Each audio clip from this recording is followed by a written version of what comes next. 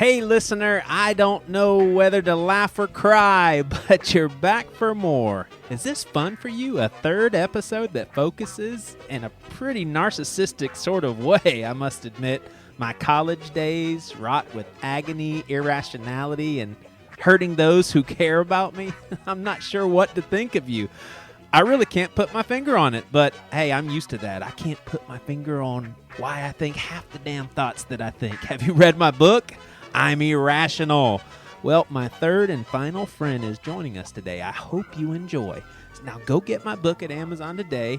Get it for another friend that gets a kick out of someone else's pain. I don't care who you get it for. It's available on Amazon in Kindle version and on sale for $4.99. And if you want the paper copy, 20% off at badchristianmedia.com using promo code PWNAL at checkout.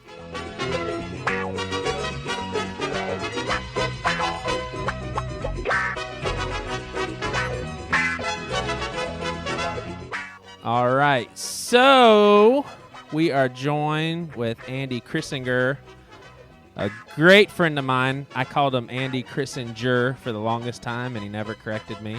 I don't know why he never corrected me. I guess you just have to be correcting everybody, because everybody calls you Andy Crissinger, right? Is that still a thing? Yeah, it's still a thing. I don't even notice, though, unless somebody points it out or says, is this the right way? That's either like a very kind heart or just very callous, and you're past being pissed off that people just don't care about your last name. Yeah, it's just a deep well of bitterness. So Andy, I've brought you up before in conversation, either on this podcast or Bad Christian, and you occupy kind of a space in my life all by yourself. There were, seasons when I was hanging out with you and other people, and but there was definitely a season that I think about specifically in which you were pretty much a person that I talked to almost exclusively. I would say exclusively when it came to deeper conversations, out of people in town. I was talking to my brother on the phone and stuff, but mainly a season of unrest with the early stages of my relationship with my wife, or, at the time I had no idea that we would end up getting married, but, and a dark time for me, mixing the unrest of a relationship with depression. And just for some context for our listeners, when I met Priscilla, we both kind of recognized quickly, man, this is either going to be really serious like marriage, or it's going to be nothing, but it's not going to be like a normal dating relationship. And for her, that was scary. Add to the mix that I'm very intense, and I didn't mind making that very clear to her that I didn't just want a casual relationship. That's going to scare most girls off, and did with her too. But at the same time, we needed to be apart for a long time. But interestingly enough, I went through those early stages with her. Then you meet who you were going to marry and who you're married to right now, and your relationship with Michelle seemed to be going the same route, because y'all had like a really intense, almost confession. You both like each other, love each other, whatever. And then boom, Michelle puts an end to it. And I'm like, oh man, this is too much like me and Priscilla. And so I'm setting you up for the worst. I'm like, dude, it's been a year. It's like a year and a half. It's like the worst thing ever. And was it like 2 weeks later, you guys are back together and everything's just fine? I got it really easy, didn't I? Yeah. I'm trying to remember the time that you're referencing would have been 2000-ish. Yeah, and you had just graduated, right? Yeah, I graduated in your first year 99. teaching. Yep. Yeah. Yep. So, and I was still in school. Yeah. Yeah. So I can put me with dates and stuff. It's a little freakishly bizarre, but I can put some dates to this. So it was early April of 2000 when I went to visit Priscilla in Iowa, and I thought, this is it. This is her spring. No, this is my spring break. It was my first year of teaching. I was like, I'm going to go to Iowa, and everything's going to be perfect. We're going to get married in a year. And basically, she shuts down the relationship again. And so I had been talking to you a lot. When I get back to Rock Hill, you're kind of anxiously awaiting, hearing from me, hearing how it went, just kind of expecting super good news. I don't know if you remember this, but I come home and pretty much go straight to your place, and I knock on the door, and you open the door with like a big smile on your face, and immediately your smile went to like a crazy serious frown because you saw the look in your eyes or in my eyes. And I remember, I think you fed me Hamburger Helper. So you fed me Hamburger man. Helper, and you were a listening ear. And I was seriously talking through like the cries and trying not to sob. Wow, you do have an amazing memory. It's crazy. It's crazy. I don't know why I'm like that. I really don't know why. I just think so categorical. And so it was within a month from that time that you and I chased around on the road, Dave Bazan, T.W. Walsh, Ida, who, yeah. we actually got to start listening. We heard about them basically by seeing them on the road with Dave Bazan. I think we saw them in like maybe 4 dates. I think a bunch of us went and saw them in Carborough, North Carolina. And then Asheville, I think it was actually. Yeah, and then you and I, we went to Florida for like 3 gigs. Yep. And we saw 3 shows. We saw them in Atlanta. Yeah. And then we had a couple shows in Florida, yeah. Yeah, Jacksonville, Tampa maybe. and Orlando. Yeah. Yeah. And I remember you hit a possum when I was sound asleep. Wow, you do. I think about that every now and then. I don't know why, but I think about hitting that. I think it was a raccoon, actually, and I was so close to falling asleep on the interstate. Yeah. And you were totally out. Yeah. Like completely asleep for most of that stretch down to Florida. Yeah, totally. And good friend that I am. Yeah. And for our listeners that know kind of, friends of the Bad Christian family, you were roommates with Matt and Devin and a couple other guys. So you go way back with Devin. You guys were super close, starting in your freshman year. And so I want you to recall the night at For What It's Worth. So it was a club in Rock Hill where, our bands played, me and Toby, and you played with us for a while there with Joe 747, me, you, and Toby. And so this was in that little 2 or 3 week span where you and Michelle had hit it off majorly, and then she kind of slammed the door shut. So you were in like oh my gosh, the girl of my dreams, somebody who I'd like to spend the rest of my life with, and I thought she felt the same way. Now it's over. And we're all at For What It's Worth, and she's freaking talking to you like everything is just dandy.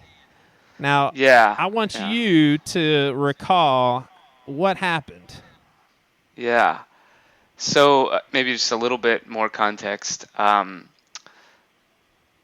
The conversation where she had told me that, this was not going to happen or this was over. I mean, we really hadn't been dating prior to that. We had been really, really good friends and had one of those, what do they call it now, the defining the relationship. Is that what it's called? Yeah, one of those talks. Yeah. And where she had kind of said, this isn't going to be anything more.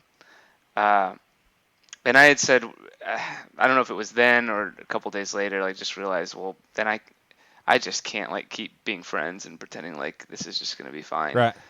But she kept showing up everywhere I was. Like she would come to my intramural basketball games. She would show up, and what happened was you and I had decided we were going to go see Joel's band play at For What It's Worth. Yeah. This is Joel from Emory, for your listeners. This was a blues band, and it was just super fun to go watch them play. They would play for hours, and so you and I went, and we were sitting at the soundboard with whoever was running sound for them. It must have been one of our friends. Yeah. And in walks Michelle and one of her friends, and sits down right next to me. And of course, you had been a part of this whole process for me, and so you knew how difficult it was for me at that time, and I think you probably felt a little sense of protectiveness as a buddy. So here comes Michelle. She sits down and is like happy as a clam and talking to me, and I could just see like the wheels turning in your head, and right in the middle of a song, nobody's really dancing. There's this open kind of like dance floor area, but everybody's sitting and kind of drinking and eating and listening to the band. So there's this huge open area. Joey stands up, grabs the leg of Michelle's chair while she's still sitting in it, and drags it out into the middle of the dance floor, and then leaves her there and walks back and stands next to me. And it was kind of a slinging motion too, because she's kind of lightweight, so I was able to sling that sucker a little bit. So he slides the chair out into the middle of the dance floor, and of course she's completely embarrassed and doesn't quite know what to do with herself, and sort of looks around, and I'm pretty sure she got up and walked out. Did she really? Well, I think she had a friend there. Maybe Jenny was there with her, who's still, a good friend of hers. And I think she probably, went back and regrouped with Jenny, and they left pretty soon after that. I thought for sure she kind of just played it off, and then it just kind of eased up, and then she just hung out. That's crazy. I do not remember her leaving. That's nuts. No, I think she was pretty embarrassed, and that's, like, the message was clear. Yeah. Yeah, she knew that you and I knew that she was somewhat of an unwelcome person in that sort of friendly hangout environment. Yes, yeah. And she knew you were sticking up for me. And what's crazy is, I mean, sure, that was 16 years ago, but I remember it wasn't like I hate this girl, she's messing with my friend, and it also wasn't totally lighthearted, like I'm just going to joke around and make Andy and I laugh. It was kind of like a, what the hell are you thinking attitude, and I'm not mad at you, but you need to think about what you're doing, so I'm going to put you in the dance floor. It's crazy. Yeah. I was in y'all's wedding, and she has never talked to me since that moment. She didn't talk to me during that wedding weekend. That's right. We have to communicate late at night on Skype while she's out, which is what we're doing right now. She'd be so pissed if she knew that you were talking to me right now. Like, absolutely, yeah. That's funny. Do you know if she was mad about that ever? I mean, was she kind of perturbed? Like that was a jerk move on my part? Oh, I don't know that she was ever perturbed. Yeah. About that. I mean, I think she was embarrassed. Yeah. And I think she probably knew that you cared about me, yeah. and were just sticking up for me or whatever. So I don't think she was really that mad about that. Yeah. Well, Andy, have you on here to talk a little bit about this book, Fundamentalist, and my plan was to grab 3 college buddies that I don't talk to a whole lot in podcast forum, and guys that I was super close with, still am, and because it was my suspicion that I think y'all are all open-minded enough and maybe progressive enough in your thinking to where you just weren't like, oh my gosh, this is the most outlandish stuff ever. But I would assume that, you guys probably read this stuff and was like, man, I did not realize the extent of what was going on in this guy's head. And when I was hanging out with you a lot, I definitely had a self-awareness of my depression. Like, one of the guys we talked to, Scott Sinclair, when we hung out a lot my freshman and sophomore year, I didn't know something was wrong with my mind. When I was hanging out with you a lot, I definitely knew something was going on, but I think it took years later, maybe even up until the last couple of years in writing this book, to really have a grasp of just how deep my problems went with OCD and just crazy irrational thoughts and everything. But reading this book, like what was your reaction? Were you surprised at some of this stuff, and did things in our relationship make more sense having read this, or what? Yeah, well, that's an interesting question. I mean, on the one hand, you were always really open with me about what you struggled with, to the degree that you were aware of like what was happening. I mean, I remember you were very open with me from the very beginning about, your depression, um, when you were, when in those college days, or right after college days, I guess for you, when you were taking medication, you would talk to me about that. So it didn't feel at the time like there was anything, like you were pretty much an open book with me. Yeah. Um, there were certainly details in the book that I wasn't aware of. Yeah. Particularly the stuff from your childhood and high school Yeah. days that just hadn't come up in our conversation. Um, so that was new information for me. I wouldn't say it was shocking or surprising, though, partially because so much of what you described in your experience growing up within the realm of evangelicalism was similar to what I experienced Right. as a kid growing up. So, and on top of that, mental illness runs in my family as well. Yeah. I have a grandmother who was bipolar. My dad's mom had pretty significant episode when he was a child and had to be institutionalized. Wow. For a good bit of his childhood. I can't remember where it is in the book where you describe the condition that you came across. What's it called? Scrupulosity, I think is what it's called. Yeah. So I would venture to guess that my grandmother had some manifestation of that. Wow. Just from what the stories that I've heard about how she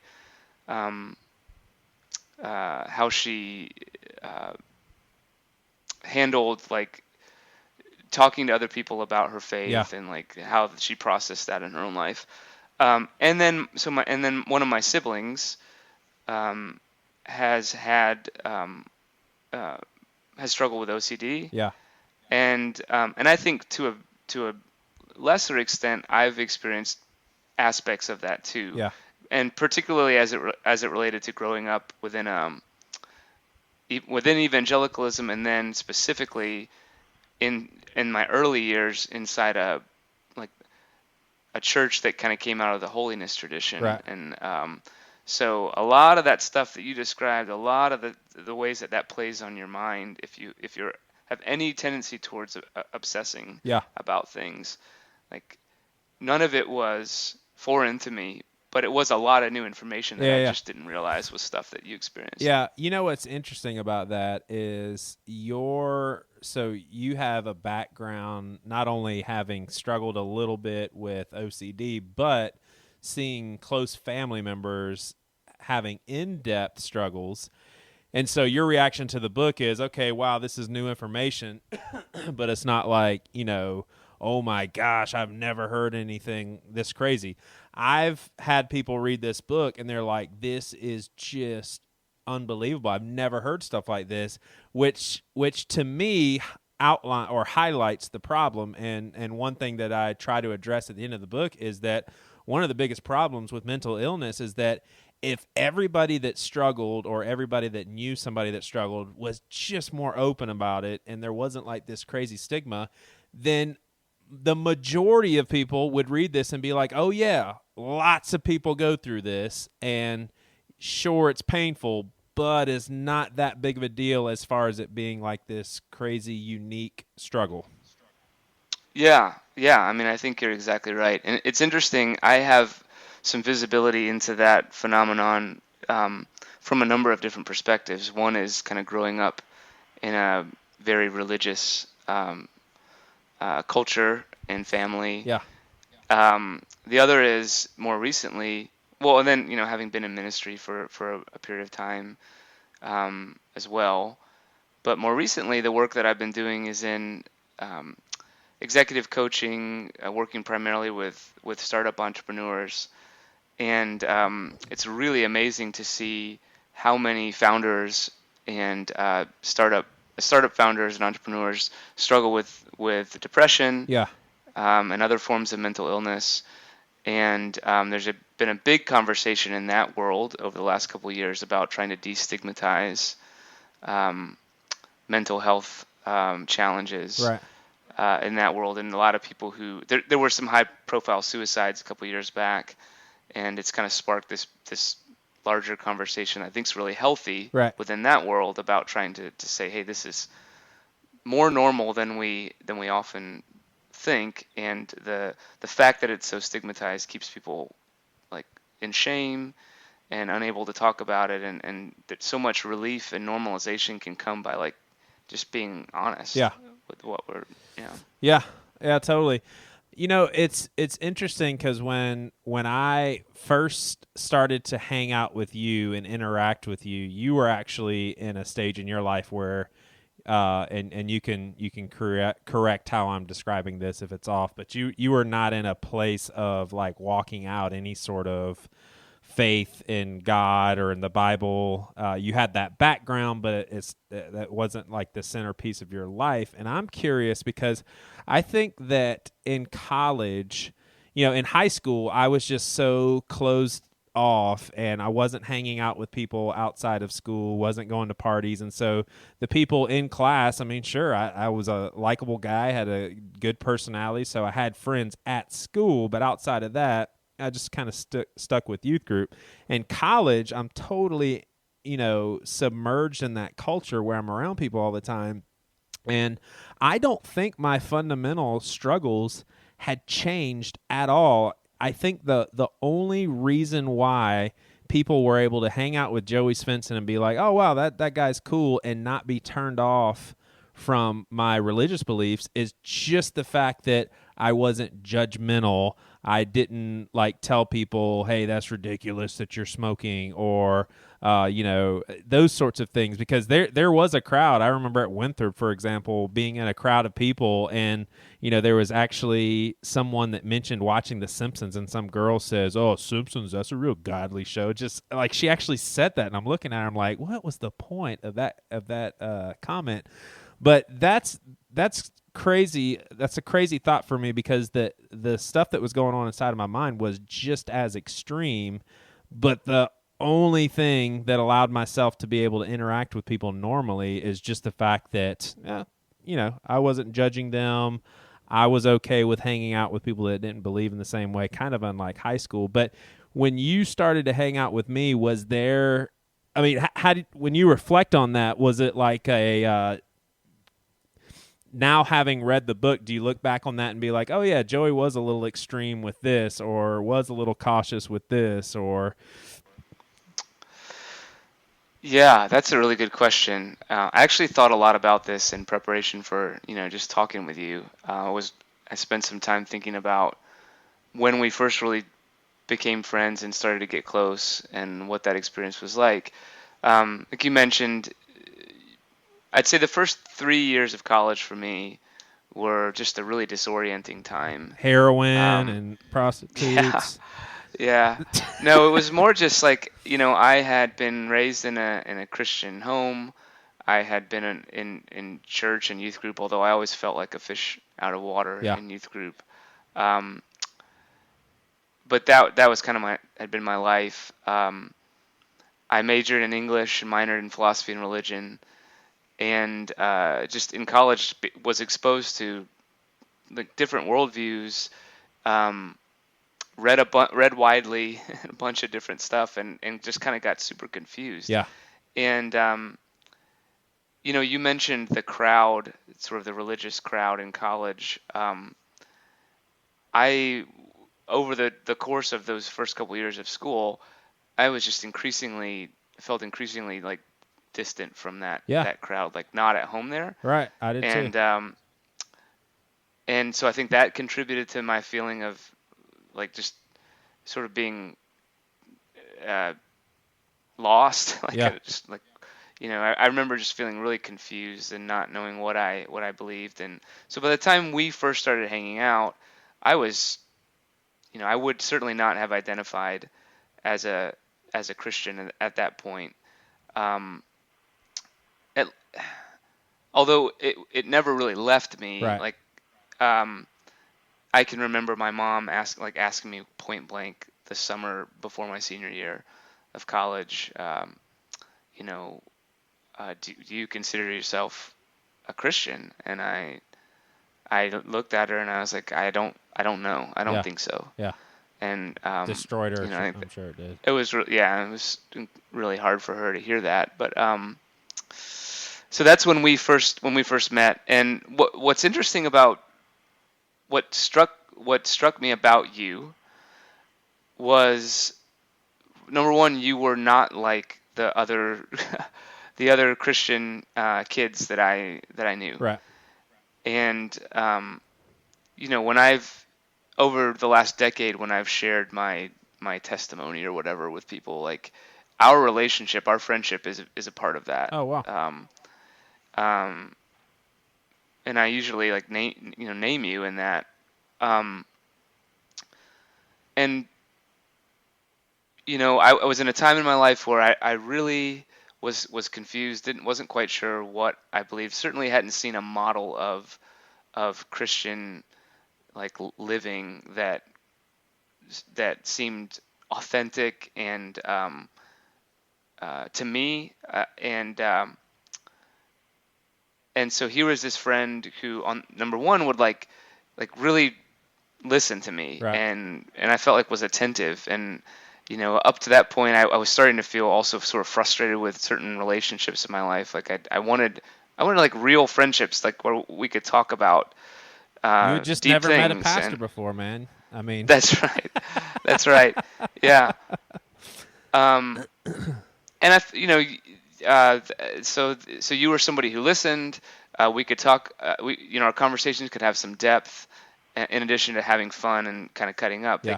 There was some depth there, and of course, I think we connected around music, and like you had this interest in music and art that was outside of the sort of typical Christian kid boundaries, Right. and I respected that. And yeah, so I think those, to me, you were quite a contrast Right. from the other people that I knew who identified as Christians and devout. Were someone that I might consider devout, Right. and like really serious about their faith or whatever.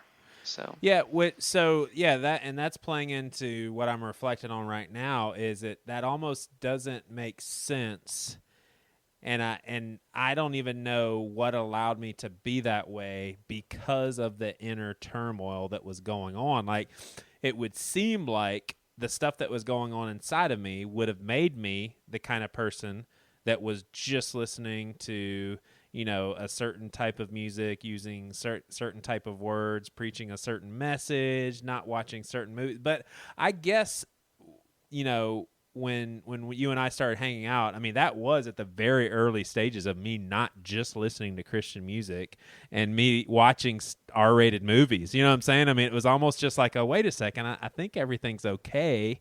I don't think it's a big deal. But I guarantee you, and I'm not, I mean, it's funny, but I'm not even making a joke. I guarantee you, even at that stage, if I was listening to a song from a CD that I owned and the F word was in the lyrics, I guarantee you, after it was sang, I'd say, God, forgive me for hearing that. At that point in my life, I mean, I could guarantee, I can't say for certainty, but I'm almost positive I was still at that stage of, yeah, I might as well just make sure, because if I die, I don't want to go to hell for hearing the F word.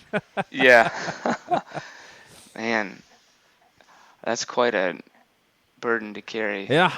Yeah. So what do you think about, the church background that you carried, and the the sort of background that you read about that I endured through? Do you think that do you think that's becoming less and less common in the church?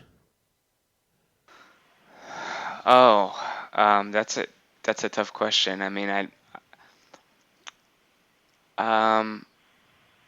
so on the one hand, I could answer that just with anecdotally, based on just what I see, and you know, I am not around that stuff Yeah. as much as I was as a kid growing up, but I don't know that necessarily indicates that it's not happening as much. I mean, there's obviously been lots of studies and that have been done recently about the way that faith in evangelical Christian faith kind of like looks in America. Yeah. The whole idea of this was like a study that was done about a decade ago that kind of coined that phrase, moralistic therapeutic deism. Right. So just in terms of that, it doesn't sound like moralism is going anywhere or has gone anywhere. Right. It still seems like faith in Jesus is, in many cases, is kind of associated with a moral code primarily. Yeah. So, but I don't know. But at the same time, I would venture to guess that maybe it's tougher to live in that bubble now Yeah. than it was when we were kids. So I don't know. Yeah. I'm not sure I can answer that question broadly, but Yeah, I know that I just am not in situations where I see that stuff anymore. I'm certainly not raising my kids that way. Right. So Well, I think it's just gonna. I think it is becoming less and less acceptable, and I just think the younger generation, they're just not going to stand for that anymore. They're going to be like, wait a second, this isn't cool. I mean, there'll be some that will be trapped, but I think given the fact that it's wrong, I mean, we've progressed so much with technology and science, and there's so many things that we're learning that we didn't know. It would seem that would include the church progressing in the area of moralism. And, so an example, this time 15 years ago, churches like Seacoast, most of them were very conservative with their alcohol policy. And now most of them, I think, have loosened up a great deal with their alcohol policy because they were just like, wait a second, this isn't in the Bible saying that people cannot partake in alcohol, so we can't be in that, camp if it's not in the Bible. So it just seems like everything maybe progress. Well, not everything, but it seems like a lot is progressing, and hopefully that trend continues. But you're right. I mean, I also think there's a lot of, I like to call it primitive, church circles, and sadly primitive, that just they're not changing at all. And I think there's a lot of people that are in the sort of church cultures that I grew up in that I was screwed over by, and I'm it sounds like I have a lot of animosity. I don't, but I also want to be comfortable with saying no. A combination of my mental illness and the stuff that I was being taught at church just wasn't right. And I don't need anybody to say that they're sorry. I don't need anyone to say, hey, Joey, I own this. But I should also be cool with just calling it what it is. I mean, there was stuff that just was unhealthy. And I think those people were misled by their parents, and those parents misled by their grandparents, and so on and so forth. yeah. I think you're right there. It's easy to have. It's easy to kind of come out of something like that and then look back on it and sort of think, what a bunch of idiots. Yeah. I can't believe, that way, that way of thinking or that approach to life was persistent, and isn't it such a bummer that I had to grow up in that? And but I think I've kind of come to see that. Yeah, I mean, some of those things I would say were wrong and unhealthy for sure. And at the same time, if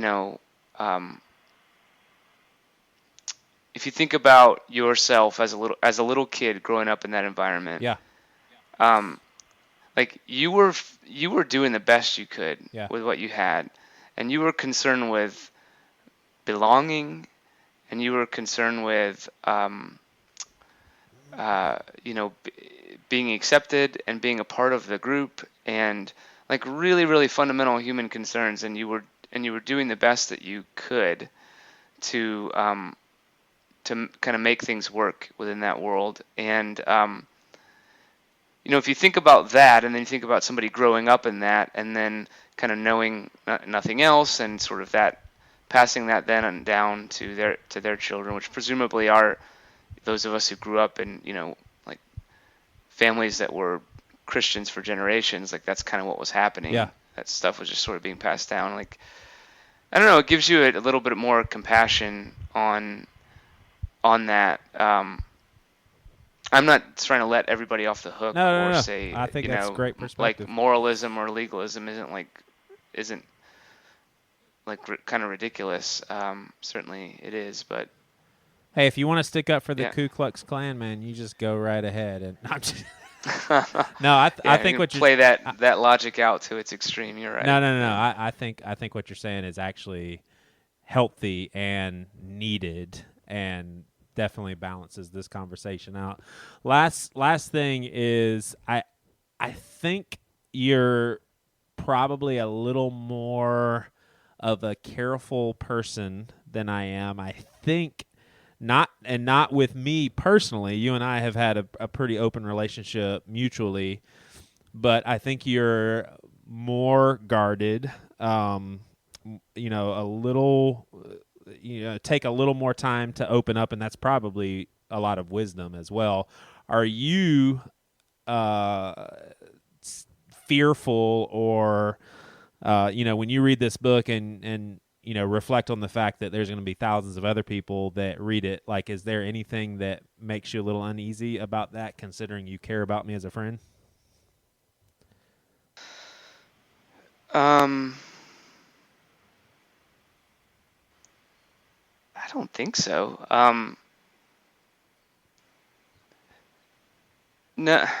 I mean, I think you're right that I'm probably by nature and temperament or whatever more guarded, and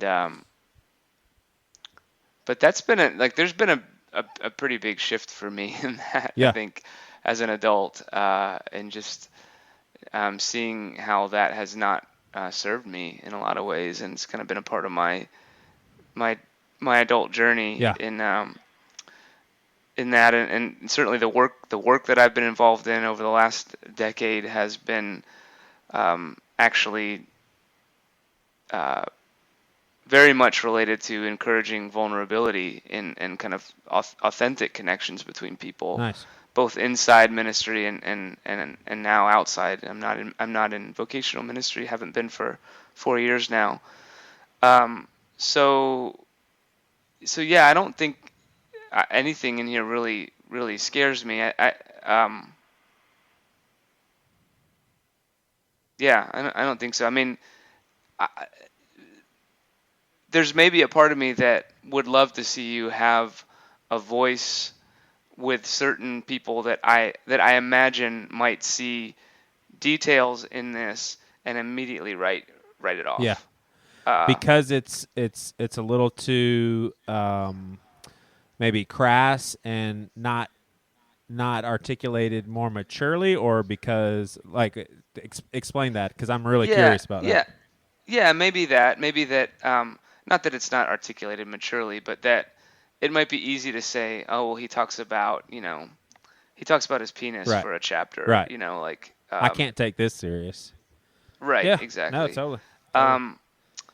So well, I definitely wouldn't give this to any grandparents or but at the same time, that's not my call to make, and I certainly, I'm not judging what you've written here in any way. That's no, I know. I applaud the openness, and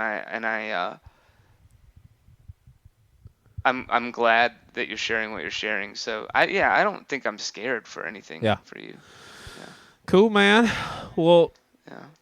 I appreciate you hanging out with me and yeah, telling some stories together, and bringing another angle to some of this stuff in the book. And I'm telling you, man, if I had it to do all over again, I would throw your wife right back out in that dance floor. I love her to death, but man, she deserved it. And if she hurts you again, man, I'll do the same thing. So you I'm gonna tell her that. She definitely won't talk to you for another 10 years. So, oh man, and I just received the first email from her in 15 years, so I blew it now, man. Blew it totally. Did you really get an email from her? No, I didn't. Did that make you uneasy, No. dude? There's nothing between me and I Michelle. I felt my heart start to race a little faster. Oh man. No. Thanks, Andy.